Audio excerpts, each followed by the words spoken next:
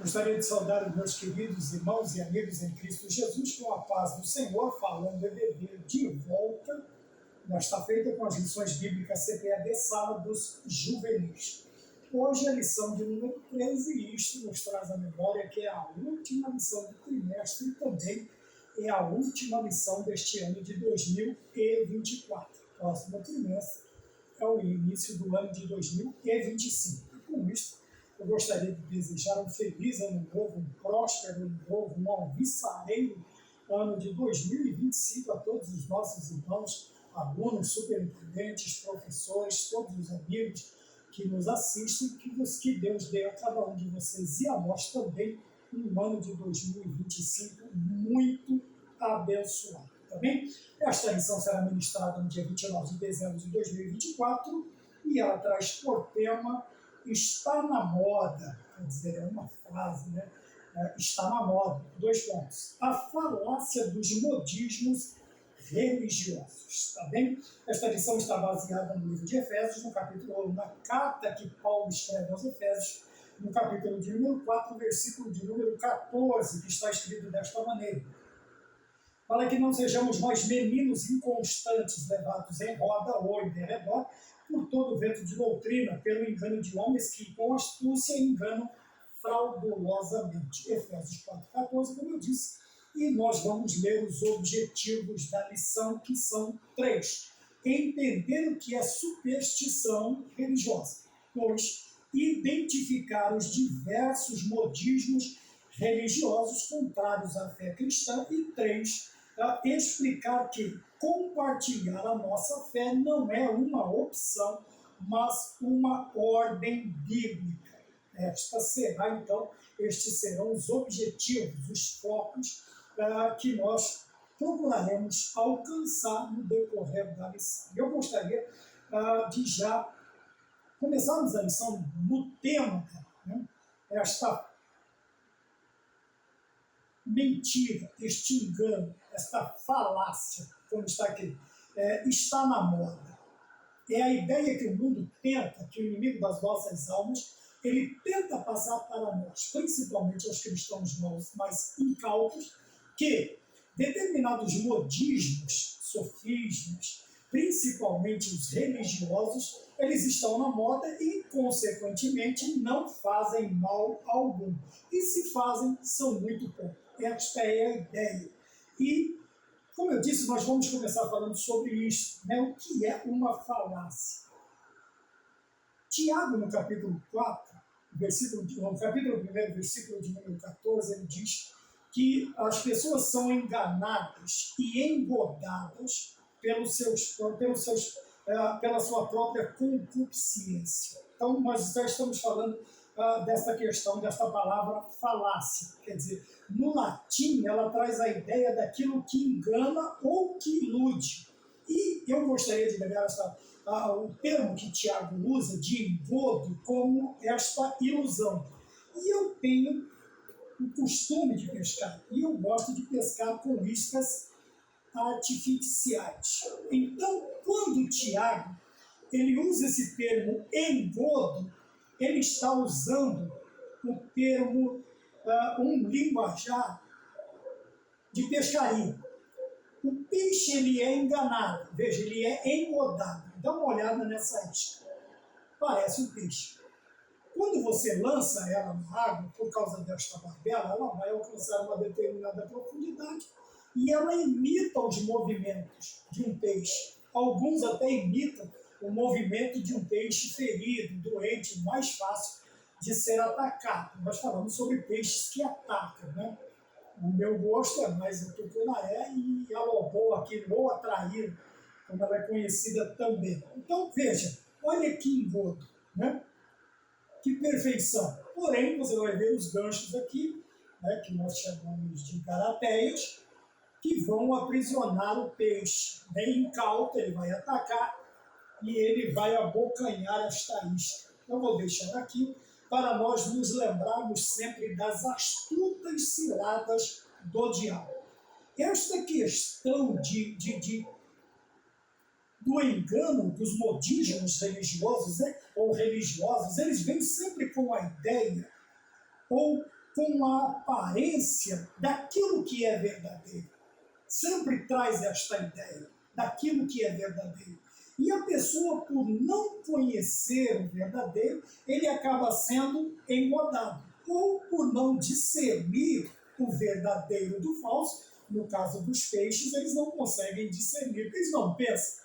Então eles vão atacar por causa das cores, do movimento, do barulho que ela emite, e ele vai ser atraído, ou vai ser engodado pela sua fome, pela sua voracidade, os peixes que atacam. Assim também somos nós, muitos cristãos, que não temos o conhecimento ou que somos atraídos pela voracidade dos nossos desejos. Somos facilmente engodados, enganados, ludibriados, iludidos pelas nossas concupiscências, pelas falácias dos modismos religiosos. E nós precisamos tomar cuidado com isso, porque hoje em dia, ou até muito pouco tempo atrás, estas falácias, estes engodos, estas iscas, elas eram lançadas por pessoas que não tinham qualquer tipo de envolvimento com a igreja cristã, ou com a igreja evangélica, ou a igreja cristã protestante. Hoje, infelizmente, a maioria dos ataques que nós vemos são de pessoas, como João diz, que saíram do nosso meio, mas não eram de nós, não pertenciam, não estavam, eles só estavam ali, mas eles não pertenciam a nós. Veja, eram pessoas que passaram algum tempo e depois formularam as suas ideias e criaram. Nós vemos esse tipo de ideia dentro dos judaizantes, que eles ficavam dentro da igreja cristã e depois eles tentavam perverter a doutrina judaizando, quer dizer, trazendo os costumes dos judeus, da religião judaica para dentro da igreja cristã que agora estava nascendo. E hoje também nós temos muito destes ataques provenientes de pessoas que estiveram, e alguns ainda estão inseridos nos nossos contextos religiosos. Trazem até nome de irmãos, pastores, e são pessoas que, infelizmente, já não têm mais aquele desejo de fidelidade, de defender a fé que uma vez foi dada aos santos. E eles conseguem, com uma facilidade um pouco maior, enganar ou trazer uma roupagem de aparência bíblica, cristã, doutrinária, àquilo que é ofensivo, que corrompe, que deturpa e que destrói a vida do cristão. Então nós precisamos tomar cuidado, principalmente os de mais tenra idade, e também nós, pais, professores, superintendentes, pastores, nós precisamos nos precaver de uma maneira um pouco mais específica. Por quê? Porque esses ensinamentos estão entrando aí porta dentro. E às vezes eles nem precisam entrar, eles já estão nos nossos púlpitos, já estão nas nossas escolas bíblicas, estão nas nossas igrejas, eles estão dentro dos nossos seminários, eles estão dentro dos nossos... E alguns fazem parte até da diretoria, vamos dizer assim, da diretoria doutrinária da igreja. Olha o perigo. Veja, um herege cuidando de doutrina dentro da igreja. É a mesma coisa que deixar o lobo cuidando do galinheiro. Ele vai pôr em fuga algumas, vai matar outras, vai detonar os ovos que estiverem ali dentro do galinheiro, e com isso vai haver uma devassa dentro do galinheiro. Então nós precisamos tomar cuidado. Por quê? Porque estes lobos disfarçados de ovelhas, eles já estão inseridos nos nossos contextos religiosos. Tá bem? E são eles que lançam essas ideias, está na moda, não tem nada a ver, só um pouquinho. Tá? E nós temos também que trazer a lembrança que nos menores frascos não estão contidos somente os melhores perfumes, mas estão contidos também os maiores venenos. Não precisa de uma quantidade muito grande para pôr termo a uma vida.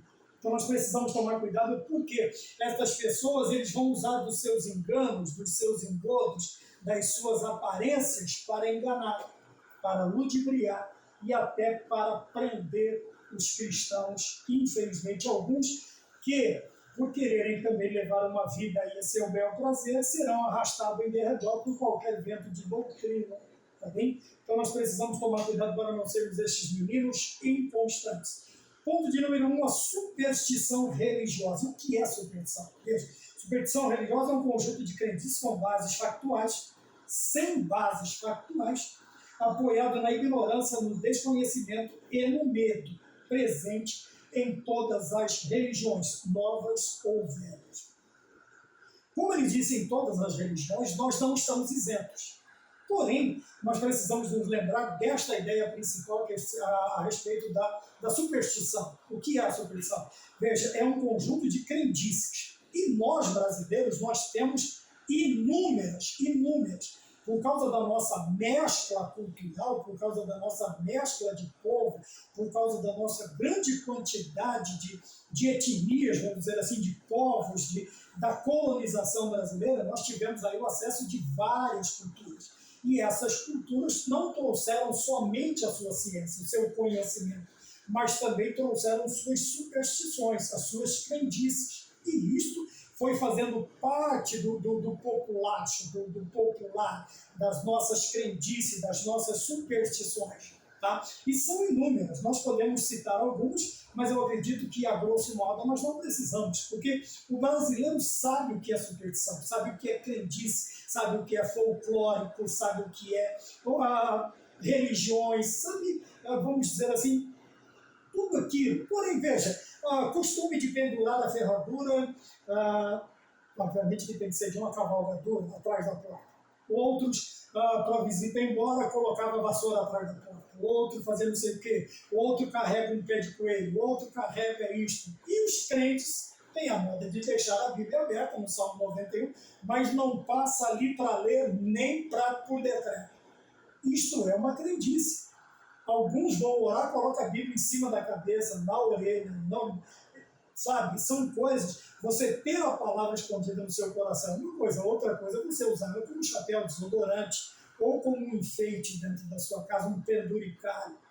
Cruz, quando nós usamos para adoração, reverência, adoramos, nos ajoelhamos diante dela, pedimos, colocamos nela algum ponto, vamos dizer assim, de espiritualidade. Agora, quando usamos ela como lembrança, usamos ela como uma referência, isso não é superstição, tá bem? Alguns têm o costume de usar, de colocar ali, tá? O problema é quando você reverencia, quando você se prostra, quando você adora, ou quando você acha que aquele amuleto tem qualquer tipo de poder que pode alterar a sua vida ou não. E este poder, o único que tem este poder de mudar a minha vida e a sua ou não é Deus. E isso só é feito através de nosso Senhor e Salvador Jesus Cristo e seu sangue derramado na cruz do Calvário. Então veja que ele diz, tanto religiões antigas quanto velhas, ou velhas quanto novas. E isso não nos isenta. É fitinha amarrada no braço, é fitinha amarrada no tornozelo para tirar isso, para tirar... Uma vez eu conversei com uma pessoa e disse, por que você deve? Para tirar o mal olhado. Mas você não é crente? Sou. Você vai discutir? Você vai tentar argumentar? Não tem como. Não tem como. Então nós vemos que essas ideias elas vão sendo trazidas porque as pessoas não têm também a consciência daquilo que realmente interfere na sua vida. E geralmente quando nós olhamos para a Bíblia, e o apóstolo Pedro, quando ele vai escrever a sua carta, ele diz assim, que nós fomos libertos de superstições que nós recebemos dos nossos pais. A superstição ela é passada de pai para filho, né? De pai para... Eu lembro que no final do meu pai, num determinado tempo, ele ia, separava folhas de coqueiro, e ele trançava aquelas folhas, fazia cruz, fazia isto, fazia aquilo, e ele saía pendurando, né? Outra hora ele descascava a laranja, se não quebrasse a casca, ele pendurava na tesoura do telhado, e ele dizia que a mãe dele estava pensando nele. Tudo isso são crendices que nós trazemos.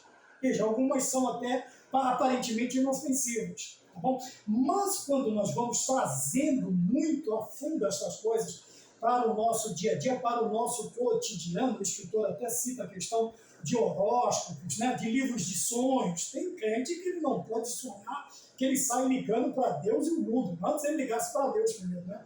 Mas ele sai ligando sem quem nem porquê para todo mundo. Ele quer saber por que ele sonhou aquilo. Eu também não vou chegar, não serei leviano como alguns, e vai dizer, dormiu de barriga cheia. Isso é coisa de menino, sabe? Ficar tirando sarro dos outros é coisa de menino. Mas existem pessoas, por quê? Porque são crédulas demais, acreditam demais em superstições. Existem crentes que fazem isso. Ele sonha com alguma coisa, ele passa o dia inteiro perturbado, porque ele sonhou. Ora, e às vezes é um sonho, é a mente trabalhando. Existem sonhos que são revelações, é lógico. Eu sou crente, eu acredito que Deus fale comigo de inúmeras maneiras. Porém, a principal e fundamental é quando Deus fala comigo através da palavra. Tá? Esta é a primeira e praticamente a única. Mas não existe outra. Eu não vou limitar Deus de falar comigo. Ele falou com pessoas através de jumentas, falou através de sonhos, falou. Mas nos últimos dias ele nos fala falou pelos profetas, pelos sacerdotes. Ele usou inúmeras formas de falar com o ser humano. Porém, nos últimos dias, a Bíblia traz nos dizer, ele nos falou através do seu próprio Filho. Tá bem? E hoje nós temos as Sagradas Escrituras. Porém, não limita, vamos dizer assim, não impede Deus de falar comigo ou com você de outra maneira. Mas nem todo sonho é Deus falando conosco. Nós precisamos tomar cuidado para quê? Para que nós não entremos nestas superstições religiosas. Tá? Como ele disse, todas as religiões, isto não isenta a nossa religião. De que, de uma maneira ou de outra, nós fomos levados em derredor por qualquer vento de doutrina. Tá? E hoje nós vemos canais televisivos, redes sociais, inúmeras pessoas que eles brincam com a fé do cristão, dos seres humanos, e saem aí com qualquer tipo de engodo, né? Qualquer tipo de balela. Tá bem? O ponto de número 1, a imersão espiritual. Por que essas pessoas elas buscam qualquer meio de satisfação ou buscam desesperadamente? São pessoas vazias. As suas almas são vazias, desprovidas da presença de Deus. Aí você diz para mim, mas o irmão citou o cristão. Tem cristão vazio? Tem. A partir do momento que você deixa de buscar a presença de Deus e você ser cheio do Espírito Santo, vai chegar um determinado momento em que o seu reservatório vai estar vazio. Ou quase vazio. E é neste momento que, se nós não nos voltamos para Deus com mais afinco, nós vamos buscar qualquer coisa fácil que nós tentamos preencher o vazio. A ausência de Deus, a ausência de uma presença massiva do Espírito Santo na nossa vida. Então o escritor diz aqui que essa pessoa vai buscar a qualquer custo o quê? Algo que possa preencher esse vazio. E muitas vezes, ele vai dar lugar ou ele vai trazer para si coisas que são superstições. Bem superstições. Por quê? Como é que se busca se achegar a Deus?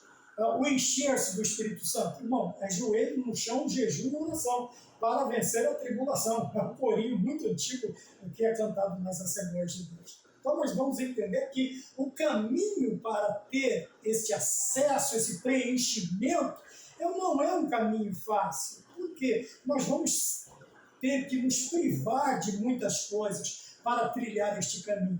Tá? Mas a superstição, ela vai ser nos oferecida muito mais fácil. Veja, você tem aí livro dos sonhos, você tem horóscopo, você tem caixinha de promessa. Tem crente que gosta de caixinha de promessa. Agora foi mais uma brincadeira. Por quê? Porque lá não tem pancada, lá não tem exortação. O próprio nome diz caixinha de promessa. Ora, e nós sabemos que para cada promessa da Bíblia, cada bênção da Bíblia, nós temos aí pelo menos umas três maldições. Não, no capítulo 28 de Deuteronômio, nós lemos inteiro. Não lê até o capítulo, versículo 14, não. Lê ele todo. São acho que mais de 60 versículos. Leia todo. E você vai ver que são 14 versículos de bênção e o resto de bênçãos, e o restante é só pancada mesmo se você não estiver debaixo da obediência a Deus. Tá bom? E buscar preencher esse vazio a qualquer custo pode nos custar, entendeu? O jogo de palavras pode nos custar um preço muito alto, porque nós vamos trazer para dentro de nós coisas que não nos são ensinadas, instruídas através das Sagradas Escrituras. E nós corremos um risco muito grande de ter a nossa vida espiritual prejudicada por estes adereços, tá vendo? Esses adereços espiritualistas. Nós não podemos confundir a palavra espiritualista com espiritual, tá? Existe o homem espiritual e existem os espiritualistas, que são aí os livres pensadores, os filósofos, os que buscam nas filosofias orientais, como é que chama, na medicina holística, uma infinidade de coisas, tá bom? Eu sei que isto pode suscitar aí algumas pessoas descontentes, mas você precisa entender também que nem tudo que reluz é ouro, entendeu? Então vamos tomar cuidado com isso, tá bom? Ponto de número 1, 2, a nova era, o esoterismo. Eu, quando estava estudando, eu pensei até em pegar alguns livros sobre a nova era que eu tenho, e eu acabei esquecendo, mas agora está distante. Lembrei agora novamente. Tá? Aí você fala, mas você estava estudando onde? Eu estava estudando bem longe da minha casa. Tá? Então, os livros estão aqui em casa. Então, vejam bem, na década de 80, 90, essa questão da nova era ela foi muito estudada, combatida, ensinada nas igrejas, mas depois disso houve um esfriamento muito grande dentro desta área.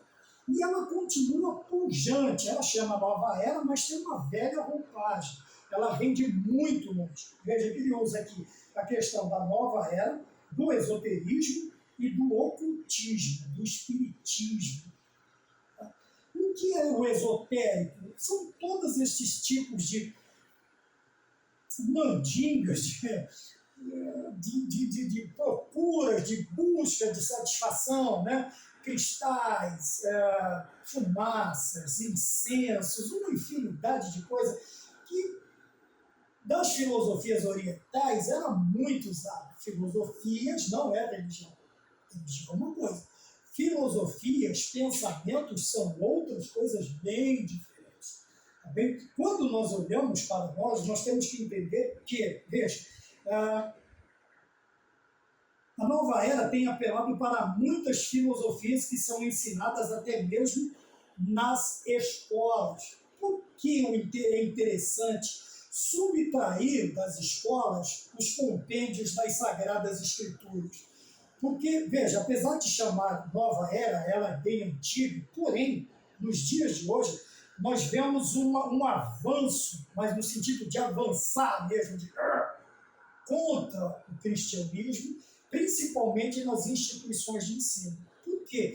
Ali está a base de toda a sociedade. Se você quer eliminar um ensino, uma doutrina, uma personalidade, seja social, seja religiosa, é só você atacar a base da sociedade. E qual é a base da sociedade? São as crianças. E eles vão com os dentes afiados para cima desta faixa etária. E subtraindo as lições, as Sagradas Escrituras, fica muito mais fácil. Obviamente que alguns já têm no seu ensino familiar o distanciamento e até a repulsa por Deus, né, pelos ateístas, pelos ateus, a repulsa pelas Escrituras, e isto os pais vão passando para os filhos. E essas crianças, estes adolescentes, esses jovens, eles vão crescerem arredios à ideia de Deus. Obviamente que quando eles chegam nas instituições de ensino, como diz aqui, estão até mesmo nas escolas, eu vou dizer principalmente nas escolas, em todos os seus períodos, seja lá da primeira à nona série, seja o segundo, como nós chamávamos, o terceiro grau, o segundo grau, o terceiro grau, principalmente as faculdades, aí eles vêm com força mesmo, com todos os sofismas, ideologias, e nós precisamos entender isso. Por quê? Isso vai ser ensinado para os nossos filhos. Isso vai ser ensinado para os nossos filhos. E nós precisamos estar preparados para quê? Antes do ataque a esta faixa etária lá fora, nós já blindamos eles dentro de nossas casas. Nós já blindamos as nossas famílias, os nossos filhos, os nossos netos. Por quê? A unidade das religiões pregada atualmente pela sociedade com origem na nova era nada mais é do que um objetivo satânico de preparar o mundo para o período do anticristo, quer dizer, para o período da grande tribulação. Quando nós falamos de juntar ou de se ajuntar as igrejas irmãs e co-irmãs, nós não estamos falando de ecumenismo. Quando nós falamos de ecumenismo, é quando nós trazemos o pensamento de que todas as religiões são iguais e todos levam para o mesmo objetivo que Deus. São vários caminhos que levam para o único objetivo. Isso é o ecumenismo. E isso é irresponsável. Infelizmente, nós temos visto muitas igrejas já se aventurando neste caminho e que será funesto o final destes tais, se não despertarem, se não acordarem antes. Por quê? É toda a ideia da nova era, veja, uma só religião, um só governante, uma só moeda, tudo isso vem para o mercado comum. Nós temos a ideia do mercado comum europeu, G12, G20, G isso, G aquilo, é a ideia de um mundo sem fronteiras. Antigamente, se você fosse à Europa, você teria que ter paradas para entrar em... Hoje não, se você entrar aqui pelo Portugal, pela Espanha, você pode passar praticamente a Europa toda, com um único passaporte, com um único visto. Por quê? É um mundo sem fronteiras. E quando nós falamos que não há fronteiras, não há obstáculo. Quer dizer, o que passar por aqui vai chegar no fim tranquilo, porque já teve um reconhecimento lá embaixo. Esta é a ideia da nova era. Também uma só moeda vai controlar o mundo inteiro, um só governante, que será o anticristo, e uma só religião. Uma só religião. Podemos ter certeza, não será o cristianismo, o protestante ou o evangélico. Tá bem? Esta será escorraçada, como já está sendo. Por isso, nós vemos todos esses obstáculos, todas estas oposições, todo mundo querendo tirar isto, aquilo de determinadas instituições, nada mais é do que um facilitador para que a doutrina da nova era ela seja imposta sobre todos os seres humanos, e o mundo caminha para isso há muito tempo. Tá? Não é novidade. Ela vem aí com uma roupagem nova, com uma pintura nova, uma cara nova, mas é velha ó, desde o princípio. Tá bom? 2. A fé cristã não é superstição. Por quê? Quando nós falamos dos símbolos do cristianismo, a fim de nos identificar, ou identificar a nossa fé, quando nós não usamos, eu já disse, como um objeto de adoração, não é superstição. Tá bem? Nós estamos tão somente expondo a ideia, mostrando que nós cremos, que aceitamos, cremos e divulgamos, como nós vamos ver aqui mais adiante, a questão de espalhar a fé que nós professamos, de evangelizar, que não é uma opção. Então, quando nós falamos sobre os objetos, os símbolos cristãos, veja, se você olhar um peixe estilizado lá na traseira de um carro, na frente, na porta, em cima, no teto, sei lá, ou na porta de uma casa, quando você olha o peixe, você já liga ele ao cristianismo. Isso vem desde as catatumbas de Roma, desde as catatumbas, o símbolo do peixe estilizado. A pessoa já sabia que ali era um encontro de cristãos, era uma igreja nas catacumbas, ou sei lá, eles eram expulsos. Bem? Então, nós temos símbolos cristãos que demonstram a nossa fé, mas nós não os usamos. A cruz é um deles. Nós não usamos como um símbolo de adoração, de devoção. Nós não prestamos culto ao objeto. Aí sim seria superstição. Tá? Se não é isso, não tem problema. Não é superstição. Tá bom? Então, a fé cristã não é uma superstição. Nós cremos. E essa crença faz com que nós vivamos desta maneira e nós vamos expor esta nossa fé cristã de determinadas formas, ou de várias formas. Tá bem? Ponto 2.1, né, nós falamos sobre a introdução do 2, como discernir o falso ou o verdadeiro. Nós temos duas formas maravilhosas para discernir.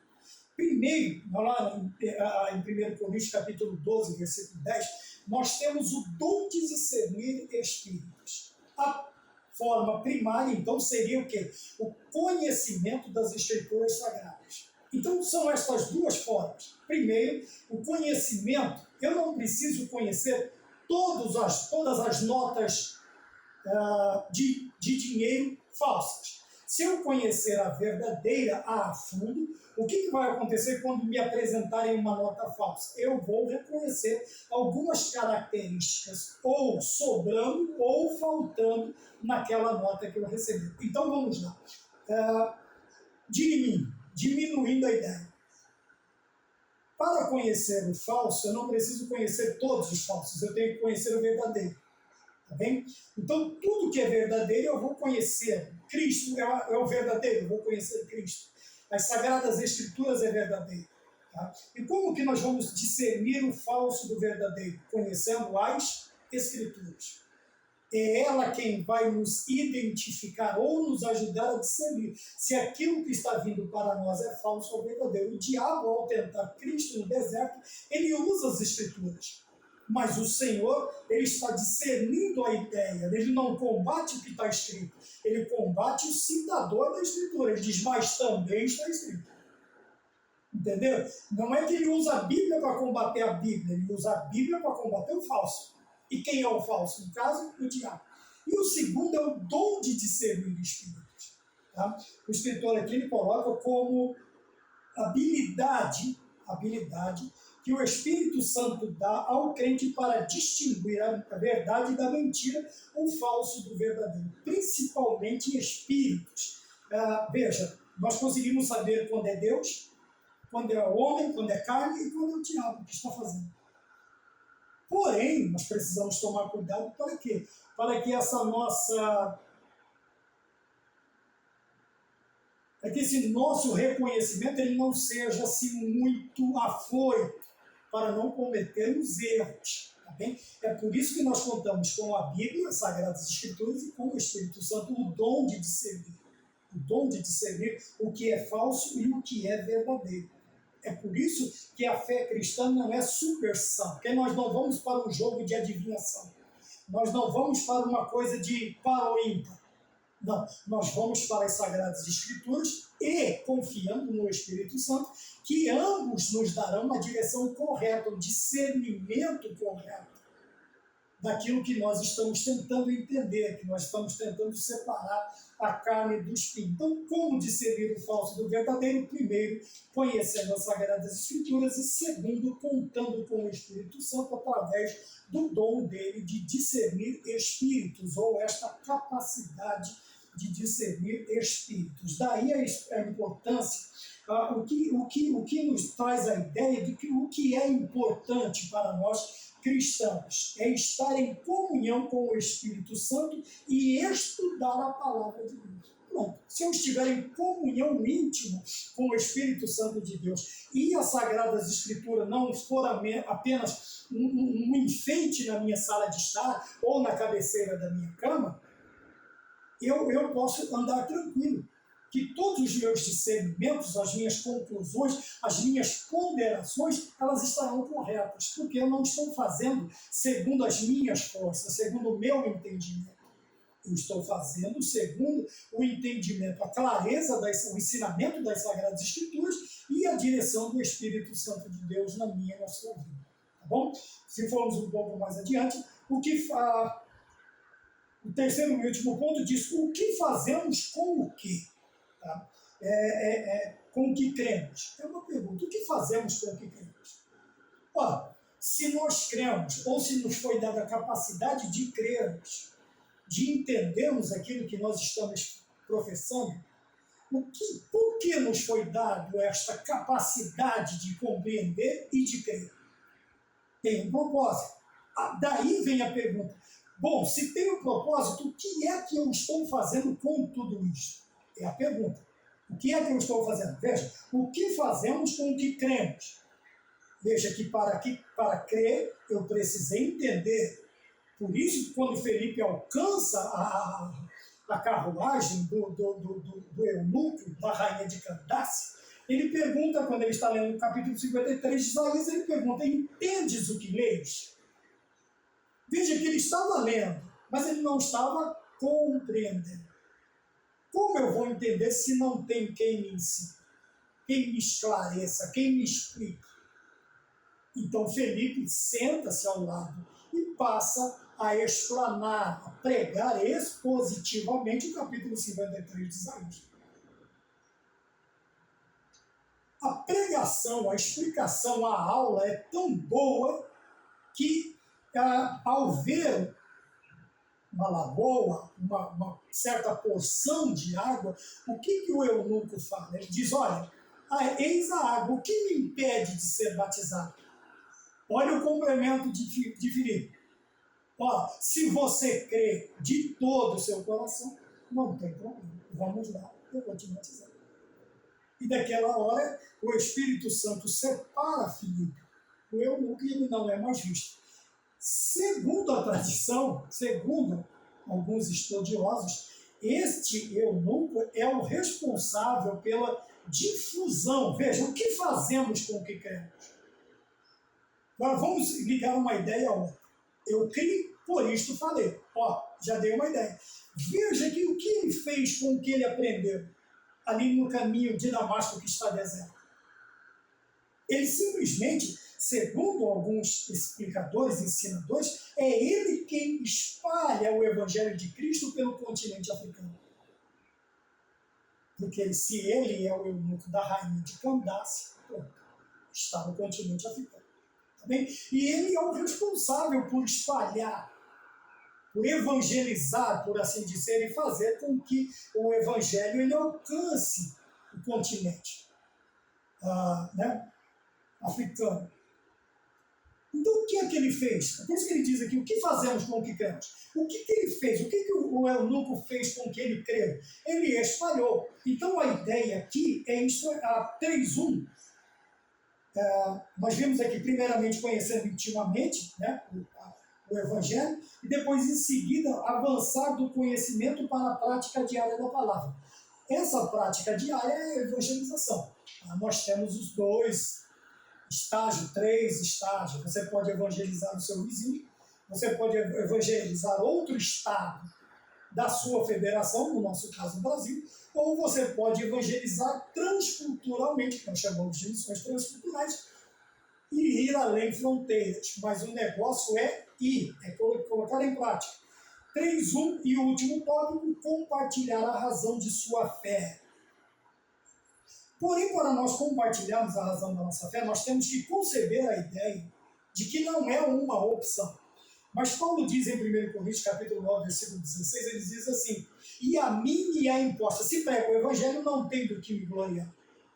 Porque a mim me é imposta esta obrigação, e ai de mim, se eu não pregar o Evangelho. Veja, a concepção, a ideia, o entendimento que Paulo tem da questão de evangelizar ou de fazer missões é de que não é uma opção. Eu não posso escolher entre pregar ou não, entre evangelizar ou não, entre falar de Jesus Cristo ou não. Não me é uma opção, mas sim uma obrigação. Ide por todo mundo e pregar o Evangelho. Veja, por isso eu disse, alguns ficaram ali na vizinhança, na sua vizinhança, outros partirão para outros estados da federação e outros ainda irão além fronteiras. Mas a ideia é fazer a obra. Cada um de nós temos um chamado, cada um de nós temos uma obrigação. O Senhor nos chamou para algo. Agora não é ficar, se fosse lá na Itália eu falava, se fosse na Espanha, se você não fala em português, querido, como é que você vai pregar no castelhano? Eu faço um curso, mas até você fazer esse curso. Né? E outros, alguns já até fizeram, mas mesmo assim não vão. Alguns conhecem 1, 2, 3 idiomas, mas não pregam nem em português. É aí que está o problema. Quando nós não dispomos, não nos dispomos, nós temos uma concepção, uma ideia errada da obra evangelística que Cristo ele outorgou à igreja. E nós, nos púlpitos, nós enchemos a boca, os anjos queriam evangelizar, mas o Senhor nos deu a nós o privilégio. O que é que nós estamos fazendo com o que cremos? E esta pergunta. Será que nós iremos... Tem até um pensador que diz assim, veja, até a água parada, ela cria lodo. assim é uma mente também que não produz, é uma mente que não pensa, é uma pessoa que não produz. Ela vai virar aí uma mera poça de lama, vamos dizer assim. Não terá utilidade nenhuma. Adquiriu conhecimento, mas também não adquiriu a ideia da responsabilidade de pôr em prática aquilo que creu, ou aquilo que aprendeu, ou o dom que Deus te deu. Então nós precisamos tomar cuidado para não, temos a responsabilidade de compartilhar a nossa esperança. Jesus Cristo, não pense que isto é apenas uma opção, mas além disso é uma missão dada por Jesus e a todos que são seus discípulos. Marcos capítulo 16, o versículo de número 15 é um versículo pregado profusamente dos nossos púlpitos. Mas, obedecemos isso aqui. Às vezes temos até vergonha de falar. Outros não podem por causa de embaraços. Mas a ideia é esta, nós precisamos colocar em prática.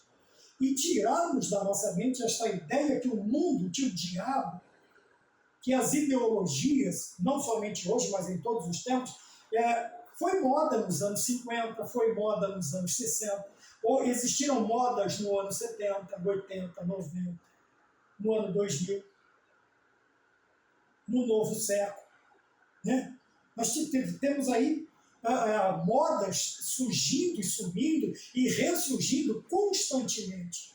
Porém, essas modas não podem interferir. Esses modismos, principalmente os modismos religiosos, através de suas superstições, não podem obliterar o nosso entendimento. Eles não podem nos deter, eles não podem ofuscar a glória do Evangelho, da vida, do padrão que nós estamos tratando. Terminamos na revista Betel Dominical. Se você, professor, pastor, superintendente, quiser dar uma assistida também na aula da Betel Dominical, das lições da Betel Dominical, vai ser de importante, de grande relevância na sua vida.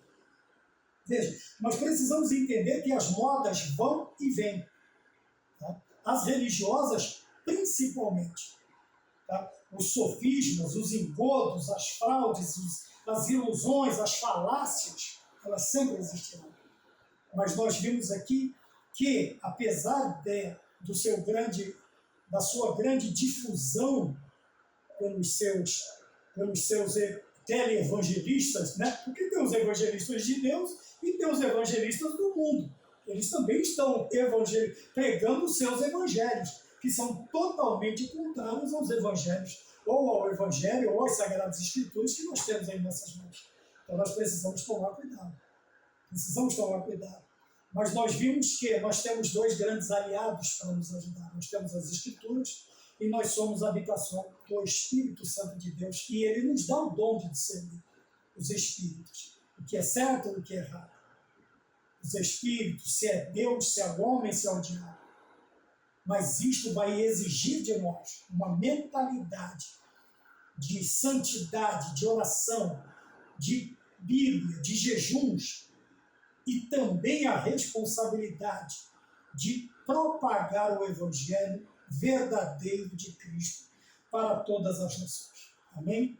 Então está aí o término do trimestre, o término do ano, e que Deus nos abençoe e nos guarde, que o ano de 2025 nós possamos estar juntos novamente, falando EBD e você, e nós juntos aprendendo um pouco das Sagradas Escrituras. Amém.